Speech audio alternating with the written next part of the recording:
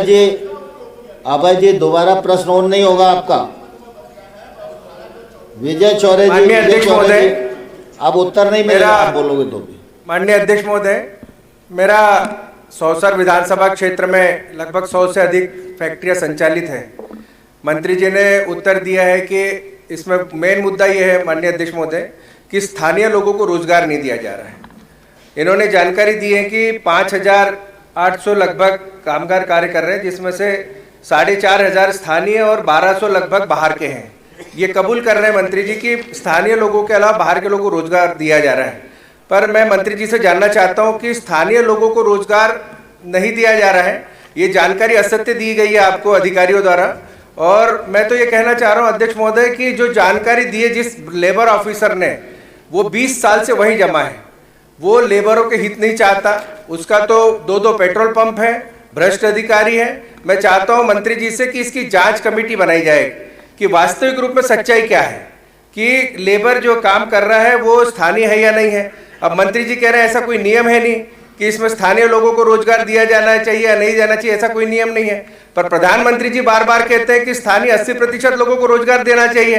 तो ये विजय जी आपका प्रश्न आ गया। मंत्री जी से जानना चाहता हूं कि इस पर स्पष्टीकरण दें। आप बैठ जाएंगे। माननीय अध्यक्ष जी, सदस्य कह रहे हैं कि मैंने स्वीकार भी किया और दूसरी तरफ कह रहे हैं कि जानकारी सही नहीं है। दोनों चीज़ें एक साथ नहीं हो सकती हैं। विधानसभा के पटल पर कोई गलत जानकारी देने वाले को आपके पास अधिकार है, आप विशेषाधिकार का प्रयोग कर सकते हैं। लेकिन मैं जो जानकारी आपसे दे रहा हूँ, हमें कई बार नियम खुद भी पढ़ना चाहिए। उद्योग संवर्धन नीति 2014 यथा संशोधित 2019, उसमें बड़ा स्पष्ट उल्लेख तब हुआ, यदि आप इसका लाभ लेना चाहते हो तो आपको 70% स्थानीय लोगों को रोजगार देना होगा। 2019 की उद्योग संवर्धन नीति में इसका उल्लेख है। श्रम विभाग का कोई कानून ऐसा नहीं कहता कि उस जिले के लोगों को नौकरी दिया है, लेकिन इसमें भी राज्य के लोग होने चाहिए। लेकिन आप कह रहे हैं, आपने जो प्रश्न किया है माननीय अध्यक्ष महोदय, उसमें आपने किस ब्लॉक के कितने लोग हैं, ये डेटा कभी कोई मंत्रालय नहीं रखता कि किसी फैक्ट्री में किस किस ब्लॉक के लोग काम कर रहे हैं। यदि आप सूचना के अधिकार में उनसे लेंगे तो शायद वो दे सकते हैं। लेकिन मैं 3-4 चीज़ें आपको बता रहा हूँ, तो आपका भी इस पर मैं विभाग को धन्यवाद दूंगा कि मैंने भी बहुत प्रश्न के उत्तर दिए हैं, तो मैंने ब्रीफिंग के समय उनको धन्यवाद दिया है, तो मैं सदन में भी धन्यवाद देता हूँ कि कम से कम उन्होंने इतनी मेहनत तो की। नंबर 101 इकाइयों की सूची मेरे पास है। 101 इकाइयों में से 64 इकाइयों में 70% श्रमिक छिंदवाड़ा और पांडुरना के निवासी हैं। 101 इकाइयों में से 100 इकाइयों में 50% से अधिक श्रमिक छिंदवाड़ा और पांडुरना जिले के हैं। इस औद्योगिक क्षेत्र में ये आंकड़ा आपने भी रिपीट किया, 5,820 लोगों में से कुल 1,141 लोग छिंदवाड़ा और पांडुरना के बाहर के हैं।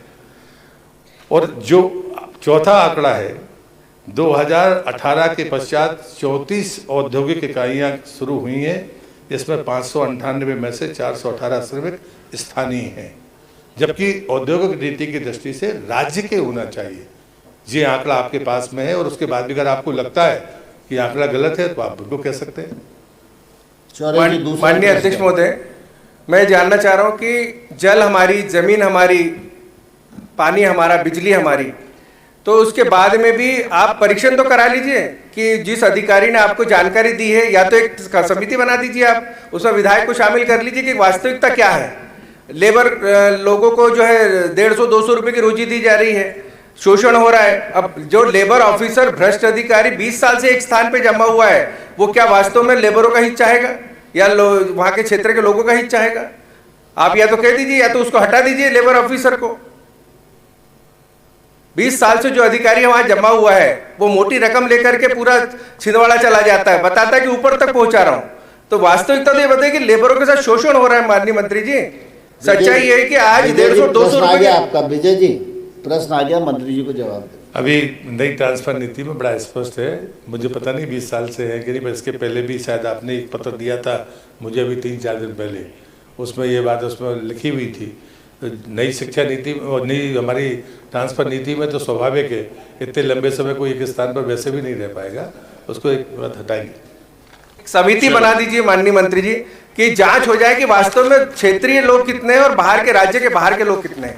मेरा ये निवेदन है आप हमसे जुड़े रहने के लिए हमारे YouTube चैनल को सब्सक्राइब करें और नई वीडियो की नोटिफिकेशन के लिए बेल आइकॉन को दबाएं। अगर आप ये वीडियो Facebook पर देख रहे हैं तो लाइक जरूर करें और ज्यादा से ज्यादा शेयर करें। धन्यवाद।